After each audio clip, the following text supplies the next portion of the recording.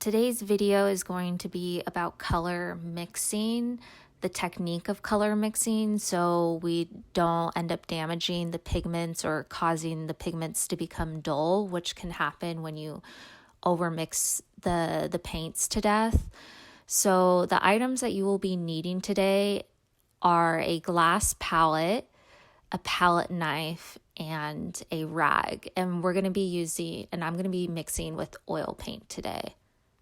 Though I am mixing with oil paint today in this demo, the same goes without saying for acrylic. It's just going to be about the wrist action and how just to not overwork the pigments together and just creating vibrant color. I'm going to be mixing color for this Joan Crawford image. I'm just going to be mixing color for her face and hair. I'm not going to be worried about anything else. So I'm going to be mixing a lot of fair tones, but I also want to show the warmth and the heat in her face. So you will see me mix some fairly bright colors today because she's not dead in this, like we don't want to make her a ghost. She's fully alive in this photo and just beaming with anger, and that's what I want to convey with my color. I will also list all the pigments that I'm using in this video down below.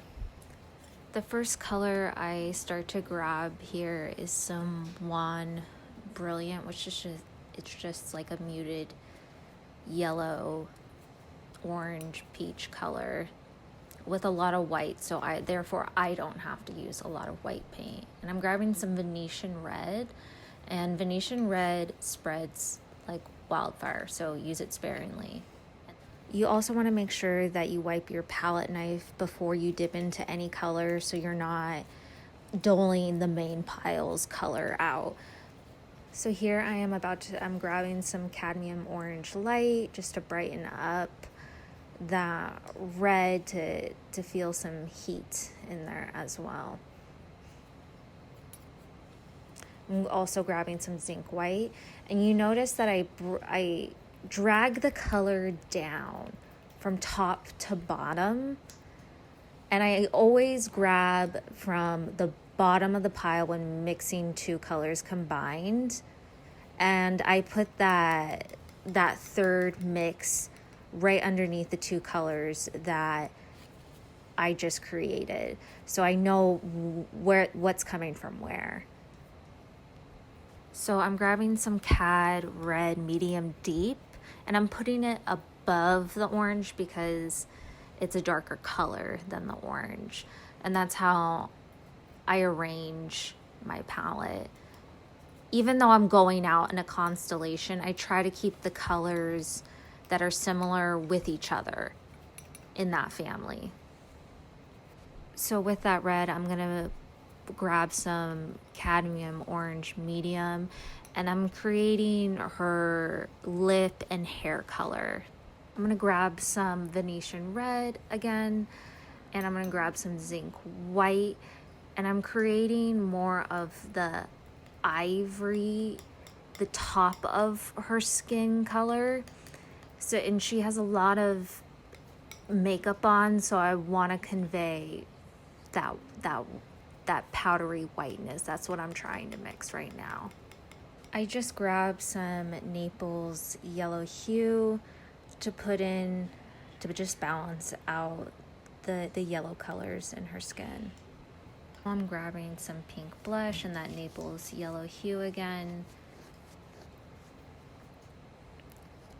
See, wiping my rag, grabbing that white, and then dragging the color down, and I'm not mushing it into piles.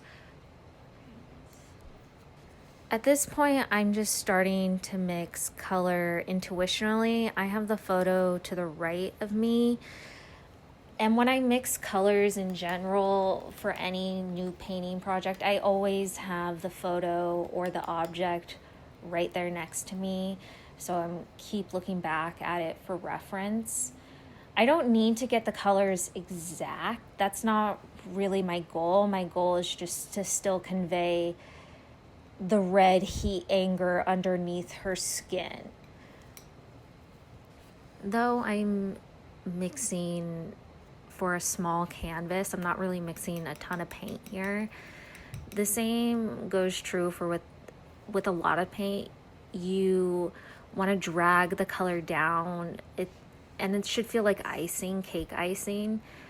When you start to whip the paint so much and put it into a small pile and not drag it down, you tend to make the colors, well, I've noticed the colors become duller when you just really are whipping that pigment. I personally try not to over whip it, so when I lay the paint on the canvas, you can see some of that original streak of color that I was mixing with.